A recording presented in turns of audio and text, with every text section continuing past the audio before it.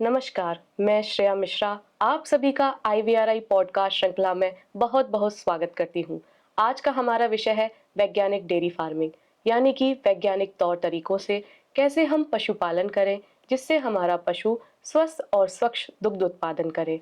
आज इसी विषय में जानकारी प्रदान करने के लिए हमारे साथ जुड़े हुए हैं डॉक्टर हरिओम सर, जो कि पशुधन उत्पादन एवं प्रबंधन विभाग में वरिष्ठ वैज्ञानिक हैं। सर, आपका बहुत बहुत स्वागत है। धन्यवाद डॉक्टर श्रेया। साथ ही हम अपने सभी किसान साथियों एवं पशुपालकों का स्वागत करता हूं एवं आप सभी को मेरा प्यार भरा नमस्कार। सर, वैज्ञानिक डेयरी फार्मिंग से क्या अभिप्राय है तथा यह आम पशुपालन से किस प्रकार से भिन्न है? डॉक्टर श्रेया, आपने बहुत ही सुंदर प्रश्न किया है कि वैज्ञानिक पशुपालन, वास्तविक रूप में देखा जाए तो हम परंपरागत रूप से भी पशुपालन करते आए हैं, मगर जब हम वैज्ञानिक शब्द का इस्तेमाल कर लेते हैं तो इसका मतलब उसमें कुछ तर्क है, वो तार्किक है, वो अपेक्षाकृत ज़्यादा व्यवस्थित है और आप ये भी देखेंगे कि वो कुछ वैज्ञानिक नियमों एवं सिद्धांतों पर कार्य करता है। तो इस तरीके से अगर हम कुछ जो अनुसंधान के माध्यम से जो प्रामाणिक ज्ञान है उसका उपयोग अगर हम करते हैं अपने पशुपालन में या डेयरी पालन में, तो हम पाएंगे कि जो भी हमारा उत्पादन है, पशु का स्वास्थ्य है, यहाँ तक कि हमारा लाभांश है, वो निश्चित रूप से बढ़ता हुआ नजर आता है। सर, जैसा कि हम जानते हैं पशुपालन के लिए सबसे पहले जरूरी है पशु घर का चयन, तो हमें पशु घर निर्माण में किन किन बातों का ध्यान रखना चाहिए? डेयरी पालन के कुछ प्रमुख स्तंभ है। जिस तरीके से हमारा एक मकान होता है कुछ स्तंभों पर टिका होता है, ऐसे ही अगर हम डेयरी पालन को देखें या प्रबंधन को देखें तो इसमें कुछ इसके प्रमुख स्तंभ हैं। उसमें से एक प्रमुख स्तंभ जो है आवास भी है। आवास का जब भी हम निर्माण करते हैं, अगर निर्माण है तो ठीक है, नहीं तो अगर हमें करना है डेयरी पालन के लिए तो हम ऐसी जगह का चुनाव करते हैं जो कि लो लाइंग ना हो, मतलब ऐसा निचला स्तर ना हो जहाँ पानी का जमाव हो, या ऐसी जगह ना हो जहाँ पर हम किसी सड़क से जुड़ा ना हो, या ऐसी जगह ना हो जहाँ पर बिजली ना जा सके। तो इन सब जगह का चुनाव बहुत महत्वपूर्ण है और साथ ही साथ हम ये भी देखते हैं कि वो किसी बाजार से भी जुड़ा हुआ हो जहाँ पर जो पशुधन उत्पाद है जैसे कि दूध है उसकी भी खपत हो जाए। इसके आगे जब हम आवास निर्माण की बात करते हैं तो हमें देखना पड़ेगा कि आवास निर्माण में बहुत सारी सामग्रियां लगती हैं, उसमें से कुछ बहुत ही कॉस्टली या महंगी हो सकती हैं। तो वैज्ञानिक पशुपालन में ये भी हम आवास प्रबंधन में चाहेंगे या कहेंगे कि आप अपने जो क्षेत्रीय सामग्री है उसका उपयोग करें ताकि जो उसमें निर्माण लागत हो सस्ती आए। अब इसमें एक प्रमुख चीज हो जाती है कि जगह, कितनी जगह एक पशु को दी जाए। तो इसमें जो है पशुओं को आप 40 से 50 स्क्वायर फीट, यानी कि जो BIS स्टैंडर्ड भी कहता है कि करीब करीब हम इनको 3.5 स्क्वायर मीटर जो है वर्ग मीटर हम इनको कवर्ड स्पेस दे सकते हैं। साथ ही पशुओं को अगर आप खुले बाड़े में रखना चाहें तो करीब करीब 7 वर्ग मीटर खुला बाड़ा भी देते हैं। पशु आवास निर्माण की कुछ पद्धतियां हैं, कई सारी पद्धतियां हैं, जैसे कि आप खुला बाड़ा में रखना चाहते हैं या बांध के रखना चाहते हैं, जैसे खूंटे में बांधने की पद्धति, कई सारी पद्धतियां हैं। उसमें से जो काफी प्रचलित है हमारे देश के हिसाब से वो खुला बाड़ा वाला है। खुले बाड़े में अगर आप पशुओं को रखते हैं तो आप समय आने पर या आपकी पशु संख्या बढ़ने पे 10 से 15% तक उनमें इजाफा भी कर सकते हैं। साथ ही साथ क्योंकि हमारा जो है जो देश है, ज़्यादातर भूभाग जो है वो गर्मी में आता है, गर्म प्रदेश में आता है या गर्म देश में आता है। तो इसमें आपको चाहिए कि आप पहले से ही प्लानिंग के तहत इसमें छायादार वृक्ष लगवाएं और जब भी आप नादों का निर्माण करें तो करीब करीब 2 फीट प्रति पशु की जगह दें। जो चारे की नाद होती है उसमें तो आप हर पशु के लिए करीब करीब 60 से 70 सेंटीमीटर यानी 2 फीट का जो है जगह दें। मगर अगर आप पानी की नाद बनाते हैं तो उसमें 10% जो पूरे पशु हैं उनके लिए ही जगह दें। क्यों? क्योंकि एक साथ सारे पशु खाते तो हैं मगर एक साथ सारे पशु पानी नहीं पीते हैं। तो ऐसा माना जाता है करीब 10% पशु जो है ही एक साथ पानी पीने के लिए जाएंगे, तो इससे आपकी लागत की बचत होगी।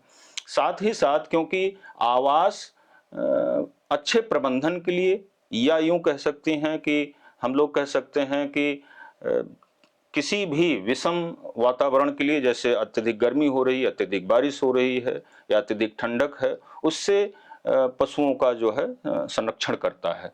अगर हम अच्छा आवास का निर्माण करते हैं तो पशु प्रबंधन भी विशेष रूप से बहुत अच्छा कर सकते हैं। और अगर पशु को हम अच्छा प्रबंधित करते हैं, यानी कि अगर साफ सफाई रखते हैं और साफ सफाई के साथ साथ पशुओं का जो बाड़ा है वो अगर वैज्ञानिक ढंग से बनाते हैं, जैसे कि कुछ इसमें रोचक तथ्य हैं कि जब भी आप पशुओं का बाड़ा बनाएं तो ईस्ट वेस्ट डायरेक्शन में बनाएं, मतलब पूरब से पश्चिम में इसकी जो लॉन्ग एक्सिस है वो रहे।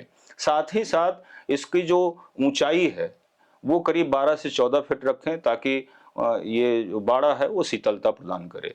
और आप इसमें देखेंगे कि जब आप फ्लोर का निर्माण करने जाते हैं तो इसमें एक ढलान दें, एक 1:40 से 1:60 का ढलान जो है दिया जाता है, और पीछे नाली बनाई जाती है जो कि करीब करीब आधा फीट की आप बना सकते हैं, जिससे कि जो भी मलमूत्र है वो उसको जो है साफ सफाई के माध्यम से बाहर निकाला जा सके। और पशुओं में संवातन मीन्स वेंटिलेशन बहुत ही अच्छा होना चाहिए। अगर वेंटिलेशन बहुत अच्छा है, अगर आपका जो है बाड़ा उसमें रोशनी भी आती है, सूर्य की रोशनी भी आती है, तो ये जो है आपकी जो हाइजीन और एंड सैनिटेशन, मतलब जो कि आपकी साफ और सफाई के दृष्टिकोण से आप पाएंगे कि ये बहुत ही अच्छा रहता है, और ऐसा करने पे पशु ज़्यादा स्वस्थ रहता है। सर, जैसा कि हम जानते हैं, अच्छे उत्पादन के लिए सबसे ज़रूरी है अच्छा पोषण। तो पशु आहार के दौरान हमें किन-किन बातों का ध्यान रखना चाहिए?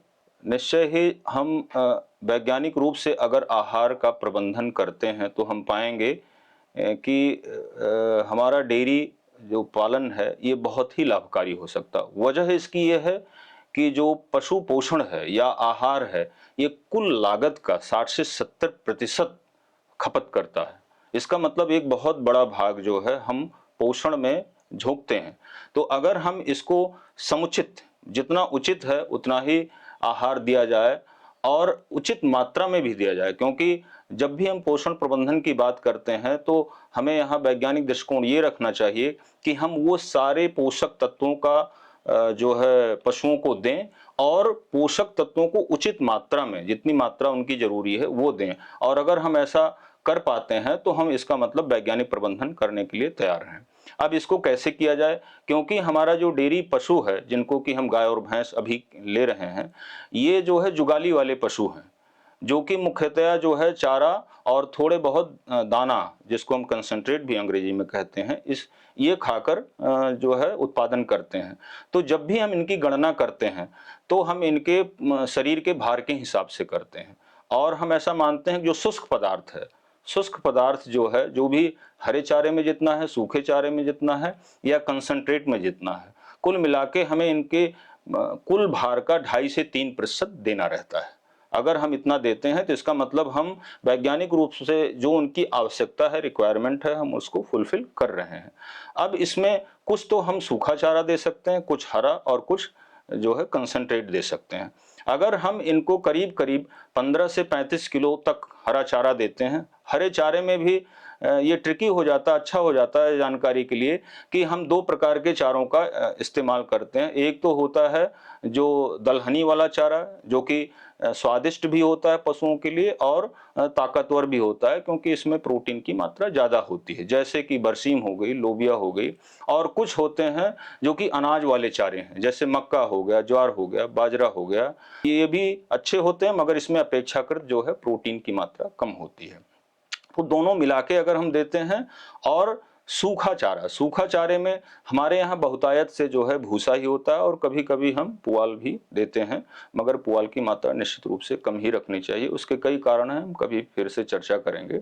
और पशुओं के मेंटेनेंस के लिए, मतलब उसको अपने शरीर के जीवन यापन के लिए भी 1 से 1.5 किलो तक हमें कंसंट्रेट देना चाहिए। अब ये तो हो गया इसके शरीर के हिसाब से। अब मगर अगर कभी पशु ऐसा हो सकता है कि पशु उत्पादन में हो, पशु वृद्धि में हो, मतलब ग्रोथ में हो, तो उसको भी कंसीडर करते हैं हम। तो उत्पादन में है तो हम उत्पादकता के लिए उसको अलग से और अलाउंस या भत्ता देते हैं। तो अगर पशु दूध में है तो आप ये मान के चलिए कि अगर भैंस है तो हम जो है एक थंब रूल है कि हम मोटा मोटा ऐसा करते हैं कि 2 किलो दूध पर 1 किलो अनाज, अनाज का मतलब यहाँ पर कंसंट्रेट से है, जो कि हम अभी चर्चा कर लेंगे कैसे बना भी सकते हैं। और गायों में 2.5 किलो जो है दूध पर हम 1 किलो अनाज देते हैं। यही पशु अगर गाभिन है और अंतिम स्टेज में है तो हो सकता है हम फिर से चर्चा करेंगे कि उसको हमें प्रेगनेंसी अलाउंस या गाभिन का भी भत्ता देना चाहिए। और अगर हम ये उचित रूप से देते रहते हैं तो आप पाएंगे कि वो पशु अपने कार्य के साथ साथ उत्पादन को भी मेंटेन रखता है और स्वस्थ रहता है। अब ये हम जैसे कंसंट्रेट की बात कर रहे थे, तो कंसंट्रेट ज़्यादातर आप बाजार में खरीद सकते हैं। और अगर आपको लगता है कि खरीदना महंगा पड़ रहा है तो ये कोई रॉकेट साइंस नहीं, आप बना भी सकते हैं। बना ऐसे सकते हैं कि मक्का करीब 30% ले लीजिए, जो कि एक ऊर्जा का स्रोत है, मतलब एनर्जी का स्रोत है।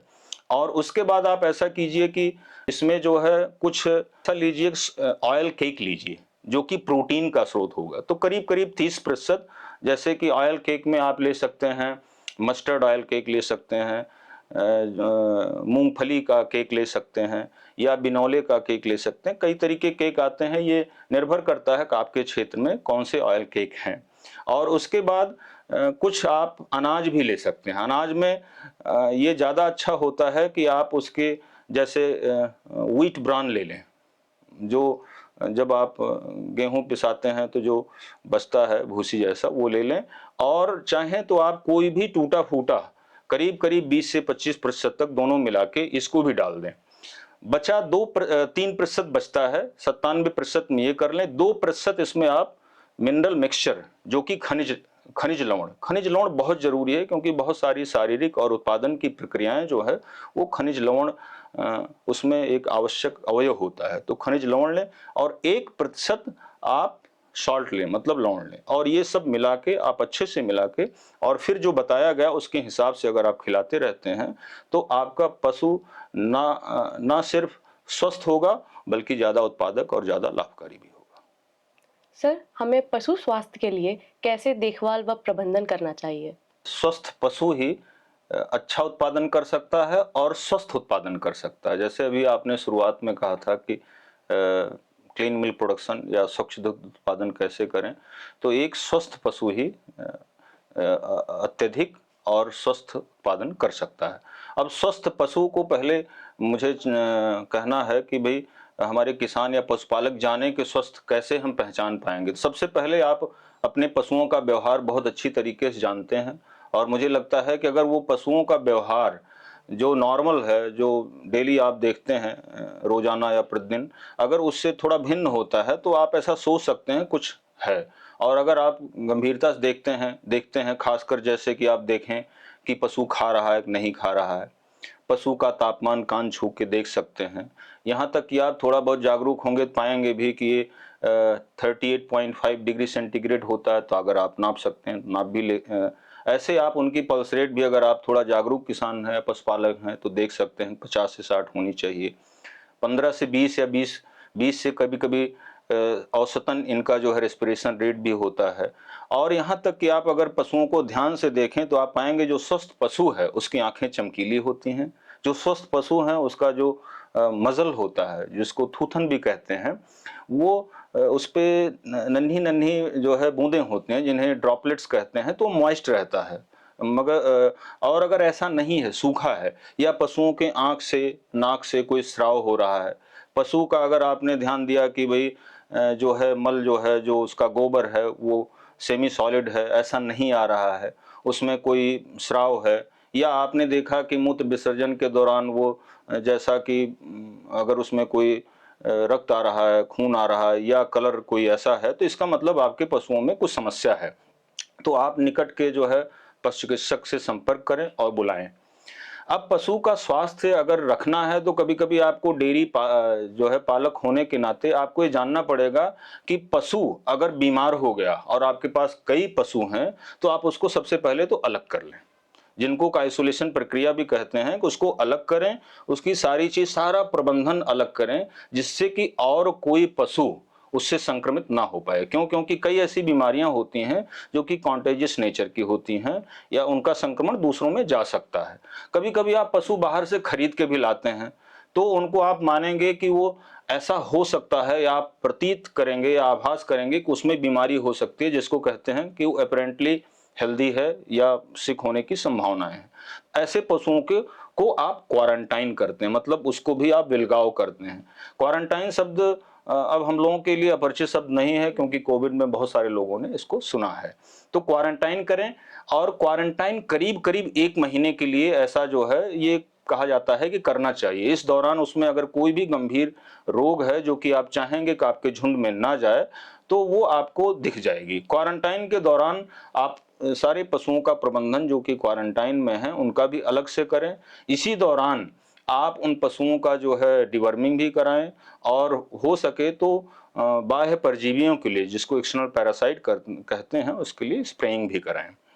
तो इस तरीके से आइसोलेशन कर सकते हैं, क्वारंटाइन कर सकते हैं। अब पशुपालकों के लिए बहुत अच्छा हो जाता है कि उसका पूरा व्यवसाय लाभदायक हो। लाभदायक होने के लिए पशु स्वस्थ होना चाहिए, और पशु स्वस्थ होने के लिए पशु बीमार ना पड़े, इससे बेहतर कुछ नहीं हो सकता है। तो पशु बीमार कब नहीं पड़ेंगे? जब ऐसा मानिए कि भाई इलाज करने की नौबत ना आए। और कहते हैं, अंग्रेजी में कहावत है, prevention is better than cure. तो मैं तो इसको हिंदी में कहूंगा कि बचाव ही सर्वोत्तम उपचार है, बचाव ही बेहतर उपचार है।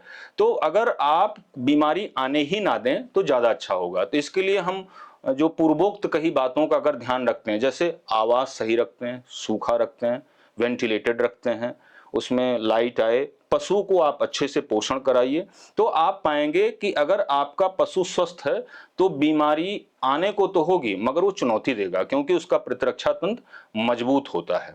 और कुछ ऐसी बीमारियां निश्चित रूप से होती हैं कि जो कि पशुओं में आ जाती हैं। उसके लिए आप निकटतम अच्छे पशु चिकित्सक से आप संपर्क करें, तुरंत इलाज कराएं। कभी कभी ऐसी भी बीमारियां होती हैं कि जो कि आ जाती हैं और वो ठीक होने में बहुत चुनौती भरा जो है आपसे जो है वो मांगती हैं। ऐसे पशुओं के लिए अनुसंधान करके टीके बनाए गए हैं। तो आप कभी ना भूलें कि भाई जो है, जैसे एफएमडी है, खुरपका मुंहपका, एचएस जो कि हिमोरेजिक सेप्टिसीमिया कहते हैं, ये है, बीक्यू है, एचएसबीक्यू कॉमन वैक्सीन आती है, यहाँ तक कि ब्रुसलोसिस, इनका टीकाकरण श्रद्धा पूर्वक रिलीजियसली लगाएं। क्यों? क्योंकि ये बीमारियां आ गई तो आप समझिए कि इनको ठीक कर पाना बहुत ही दुष्कर हो जाता है, नंबर 1। नंबर 2, बीमार होने पे बहुत सारा खर्चा होता है। नंबर 3, खुदा न खास्ता कुछ गड़बड़ हुई तो पशु जो है आप खो सकते हैं। तो इनका टीकाकरण जरूर कराएं, और इनके लक्षण भी जानें। जैसे एफएमडी है, तो एफएमडी में आप देखेंगे कि उसके मुंह में छाले पड़ जाएंगे, उसमें बुखार होगा, और आप देखेंगे कि उसके मुंह से लार गिरेगी। तो ये प्रोमिनेंट सिम्टम है। ऐसे एचएस है, हेमोरेजिक सेप्टिसीमिया में देखेंगे बुखार ज्यादा होगा, और उसके गले में सूजन आ जाएगी पशु के, और इसलिए जो है सांस लेने में उसको दिक्कत होती है। ब्लैक क्वार्टर में भी देखा जाता है कि पशु में बुखार होता है, पशु लंगड़ाता है और सूजन आ जाती है। तो कुल मिला के जागरूकता के लिए आप कुछ कुछ लक्षण को भी जानिए, तो ये अच्छा रहता है। तो इनका टीकाकरण कराएं, और टीकाकरण के साथ साथ एक साथ में और है, क्योंकि पशुओं में कभी कभी आप देखेंगे परजीवियों का संक्रमण होता है, मतलब कृमि। तो कृमिनाशक दवा जरूर दें। कृमिनाशक दवा 4 से 6 महीने में एक बार आपको जरूर देनी चाहिए। डॉक्टर बुलाइए और पूछिए कि कौन सा कृमिनाशक की दवा देनी चाहिए। खासकर कृमिनाशक और टीकाकरण के लिए जो है, पशु अगर गाभिन हो तो उसको आप 8वें महीने तक इसको करवा लें तो अच्छा होगा। अगर आपके पशु या पशु बाड़े के आसपास बाह्य परजीवी जैसे मक्खी है, जूं है वगैरह होती हैं, तो इनके लिए इंसेक्टिसाइड का भी प्रयोग कर सकते हैं। तो अगर आप इतना करते हैं तो आप पाएंगे कि आपका पशु स्वस्थ और जो है आप लाभकारी रहेंगे। सर, वैज्ञानिक दृष्टि से पशु प्रजनन के दौरान हमें किन बातों का ध्यान रखना चाहिए, तथा मादा पशु और बछड़े का रखरखाव किस प्रकार से करना चाहिए? जी श्रेया, पशु प्रजनन प्रबंधन की जब हम बात करते हैं तो इसको हम अलग शब्दों में पुनरुत्पादन भी कहते हैं। अगर पुनरुत्पादन अच्छा नहीं है तो आप उत्पादन ले ही नहीं सकते हैं। इसीलिए हमारा ध्येय होना चाहिए किसी भी पशुपालक का कि पशु नियमित रूप से पुनरुत्पादन में आता रहे, मतलब ब्रीड करता रहे। और उसके लिए उसको शुरू से ही बहुत जागरूक और एक वैज्ञानिक विधि का इस्तेमाल करना चाहिए। जैसे कि वो पशु को अपने इस तरीके से, जब वो छोटा है, बछड़ा है, या जब वो हीफर बना, मतलब प्रौढ़ की तरफ बढ़ रही है जो मादा पशु, तभी से उसका खान पान अच्छा होना चाहिए। और उसको ये प्रयास करना चाहिए कि 70% तक, जब तक वो अपने वयस्क शरीर के भार का वो प्राप्त न कर ले, तब तक उस मादा का प्रजनन नहीं कराना चाहिए, जिससे कि उसमें आने वाले प्रसव का भी अच्छे से विकास हो और वो उत्पादन करने के लिए स्वयं को उचित रूप से वो बना पाए, जो उसकी शारीरिकी है। दूसरा ये हो जाता है कि जब भी हम प्रजनन प्रबंधन की बात करते हैं, तो हम पशुओं के प्रजनन के बारे में थोड़ी सी वैज्ञानिक बातों को जानें। जैसे कि पशु का जो ऋतु है, जो साइकिल है, वो 21 डेज पर रिपीट होती है। तो ये हम ध्यान रखें कि भाई आज है तो कब, तो थोड़ा सा रिकॉर्ड कीपिंग लोगों को करनी चाहिए। तो जैसे आज आया तो हम कब उसका कृत्रिम गर्भाधान कराएं, इस पे भी ध्यान रखें। कृत्रिम गर्भाधान हमेशा जब पशु को आप लक्षण में देखें, मतलब कि जो मादा की जो है जो हीट साइकिल आती है, उसको सबसे पहले तो पहचानने के लिए आप देखेंगे तो पशु के जननांगों से एक साफ तौर का म्यूकस डिस्चार्ज आप देख सकते हैं। पशुओं में कई सारे जो सामान्य व्यवहार से इतर व्यवहार है वो भी आप देख सकते हैं। जैसे कि वो रंभाएगा, बार बार बोलेगी, जो मादा पशु है। वो मादा पशु जो है अन्य जो है दिनों की अपेक्षा ज़्यादा सक्रिय रहेगी। और आप देखेंगे कि वो मादा पशु दूसरों पे चढ़ती है, या कोई अन्य मेल या कोई ऐसा पशु चढ़ता है तो वो उसको ज़्यादा नहीं जो है डिस्टर्ब करती है। ये सब और भी कई ऐसे, जैसे खाना छोड़ देगी और रेस्टलेसनेस उसमें आप ऑब्जर्व करेंगे। तो ये सब बहुत सारे उसमें लक्षण हैं जिनको आप जानें। और जब ये लक्षण एकदम एक्सप्लिसिट रूप से आते हैं, उसके 12 घंटे बाद आप कृत्रिम गर्भाधान कराएं। तो उसमें क्या होता है कि उस दौरान अगर आप कराते हैं तो पशु के ठहरने की या कंसीव करने की प्रायिकता, जो प्रोबेबिलिटी है, वो बहुत ज़्यादा बढ़ जाती है। और दूसरा, जब भी पशु ये गाभिन हुआ तो आप उसकी देखरेख शुरू करें। मगर जैसे आपने पूछा था कि भाई पशुओं को गर्भकाल के दौरान, तो हमें जानना पड़ेगा कि भाई पशु का गर्भकाल कितने दिन होता है। तो जैसे गायों के बारे में कहा जाता है कि 9 महीने 9 दिन का जो जेस्टेशन पीरियड है या गर्भकाल होता है, ऐसे भैंसों में 10 महीने 10 दिन का। तो जो शारीरिकी होती है बताती है कि जब भी जो शिशु है गर्भाशय में होता है इनका जो है, तो पहले जो, अगर इसको ट्राइमेस्टर्स में हम डिवाइड करें, मतलब हर 3-3 महीने में डिवाइड करें, तो पहले 2/3 जो समय है उसमें जो शिशु का विकास है वो बहुत धीरे होता है। इसीलिए पशुपालकों को कभी कभी बड़ी समस्या भी होती है कि वो पशुओं को देखते तो हैं, मगर ये नहीं पता लगा पाते हैं पहले चौथे 5वें महीने में कि हमारा पशु गाभिन है कि नहीं। मगर जैसे ही 5-6 महीने के बाद आप देखेंगे तो एकाएक उसका जो है पेट का जो ये आकार है, वो गर्भ के विकास की वजह से वो बड़ा होता जाता है। तो वो जो लक्षण है वो उभर के आ जाता है कि पशु गाभिन है। इसका मतलब ये हुआ कि जो अंतिम 1/3 समय है उसमें गर्भ का विकास जो है वो बहुत तेजी से होता है। और यहाँ तक कि अगर हम फैक्चुअली बात करें आंकड़ों में, तो 2/3 विकास उस अंतिम 1/3 समय में होता है। तो ऐसे में क्या है कि हमारे पशुपालकों को करना चाहिए कि उसको प्रेगनेंसी का अलाउंस दें, मतलब वैसा भत्ता दें। और करीब करीब जो 1.5 किलो हम लोगों ने भी बताया था कि कैसे इस कंसंट्रेट या दाने को बनाएं, वो प्रेगनेंसी अलाउंस के रूप में देना चाहिए। अगर देते हैं तो गर्भस्थ शिशु का विकास अच्छा होगा और आने वाला जो उत्पादन होता है वो भी अच्छा हो जाता है। और पशु जब ब्याने को होता है तो आपको थोड़ा सा देख रेख बढ़ा देनी चाहिए। यहाँ तक कि बताया जाता है कि अगर आपके डेयरी में आपने काविंग बॉक्सेस बनाने चाहिए, और वो जो जहाँ पर मतलब प्रसव कक्ष ऐसे कहें, और वो प्रसव कक्ष में या जो काविंग पेन्स होती हैं उसमें आप 2 सप्ताह पहले या 1 सप्ताह पहले तो कम से कम आप अपने पशु को शिफ्ट कर दें, ताकि वो अन्य पशु उसको डिस्टर्ब ना करें। और कोई लड़ाई ना हो पाए या कहीं उसको किसी प्रकार की क्षति, शारीरिक क्षति ना हो, उसमें कर दें। उसको साफ सुथरा रखें, बिछावन उछावन सही रखें, मौसम के हिसाब से, अगर ठंडक है तो उसमें, गर्मी है तो उस हिसाब से उसको करें। और जब ये करते हैं तो प्रसव के दौरान आप थोड़ा जागरूक रहें। प्रसव को नैसर्गिक रूप मतलब नेचुरल होने दें, ज़्यादा डिस्टर्ब ना करें। प्रसव हो जाता है तो आप बछड़े को जरूर देखें, उसकी साफ सफाई का ध्यान रखें। क्योंकि कभी कभी जो बछड़ा होता है वो नाक से सांस लेने में उसको दिक्कत आती है, तो ऐसे में नेजल सेप्टम से जो है आप श्लेष्म को निकालें। और अगर इतने पे भी नहीं होता है तो आप उसके जो चेस्ट है, छाती को दबाएं, उससे भी श्वसन प्रक्रिया प्रारंभ हो जाती है। कभी कभी इसके बाद भी दिक्कत आए तो आप किसी मुलायम चीज से उसकी नाक को जो है ऐसे खुरेचें या साफ करें, तो उससे क्या होगा कि छींक आएगी। छींक आने से स्नीजिंग रिफ्लेक्स होता है, तो उसके जो है श्वसन की प्रक्रिया आरंभ हो जाती है। उसके बाद आप उसको साफ सफाई और भी सारी चीज़ें करें। नेवल का जो नाभि रज्जु होती है उसको भी काट के और उसमें टिंचर आयोडीन 4 से 7% तक का ट्रीटमेंट कर सकते हैं। और ये ध्यान दें कि आप का जो बछड़ा है वो स्वस्थ पैदा हुआ कि नहीं हुआ, कितने किलो का है, जैसे 20 से 25, 30 वो नस्लों के आधार पर होते हैं। तो 25 से 30 किलो तक का आपका बछड़ा है, इसका मतलब कि वो सही है, स्वस्थ है।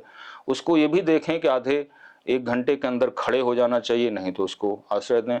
और माँ का दूध जो है, जिसको हम कोलोस्ट्रम या खीस कहते हैं, जो कि अमृत सदृश होता है, क्योंकि उसमें जो है सारे न्यूट्रिएंट, सारे पोषक तत्व बहुत ज़्यादा मात्रा में प्रकृति प्रदत्त उस बच्चे के लिए होते हैं, वो होता है, उसको आप जरूर दें। और हो सके तो पहले घंटे में ही दे दें, क्योंकि पहले घंटे में दिया हुआ जो कोलोस्ट्रम है वो सीधा उसके इम्यून सिस्टम को बूस्टअप करता है, मतलब प्रतिरक्षा तंत्र को मजबूत करता है, और आने वाली किसी बीमारी के लड़ने के लिए वो जो है वो सक्षम होता है। और उसको दिन भर में 2 बार दें। मात्रा की बात आती है तो आप करीब करीब शारीरिक भार का 10% तक दे सकते हैं। 10% का मतलब कि अगर 25 किलो का बछड़ा है तो आप 2.5 किलो दिन भर में पिलाइए और आधे आधे भाग में पिला दीजिए। और बाकी का ये है कि आप उसको जो भी जैसे ट्रीटमेंट है जो है, आप उसके कृमि का ट्रीटमेंट है, वैक्सीनेशन है, वो जैसे बताया गया इस तरीके से करते रहेंगे तो आप पाएंगे कि जो भी बछड़ा है और माँ है, ये दोनों जो है स्वस्थ रहेंगे, और दोनों स्वस्थ रहेंगे तो दुग्ध उत्पादन आपको ज़्यादा मिलेगा। बहुत बहुत धन्यवाद सर, इतनी महत्वपूर्ण व रोचक जानकारी प्रदान करने के लिए तथा अपना बहुमूल्य समय देने के लिए। मैं आप सभी दर्शकों का भी बहुत बहुत धन्यवाद करना चाहूँगी। आप IVRI पॉडकास्ट से जुड़े और आपको यह जानकारियाँ भविष्य में बहुत ही लाभकारी साबित हो। आप सभी ऐसे ही जानकारियों के लिए IVRI पॉडकास्ट श्रृंखला से जुड़े रहिए, और यदि आपको कोई प्रश्न है तो आप कमेंट बॉक्स में हमसे पूछ सकते हैं। आप सभी का बहुत बहुत धन्यवाद।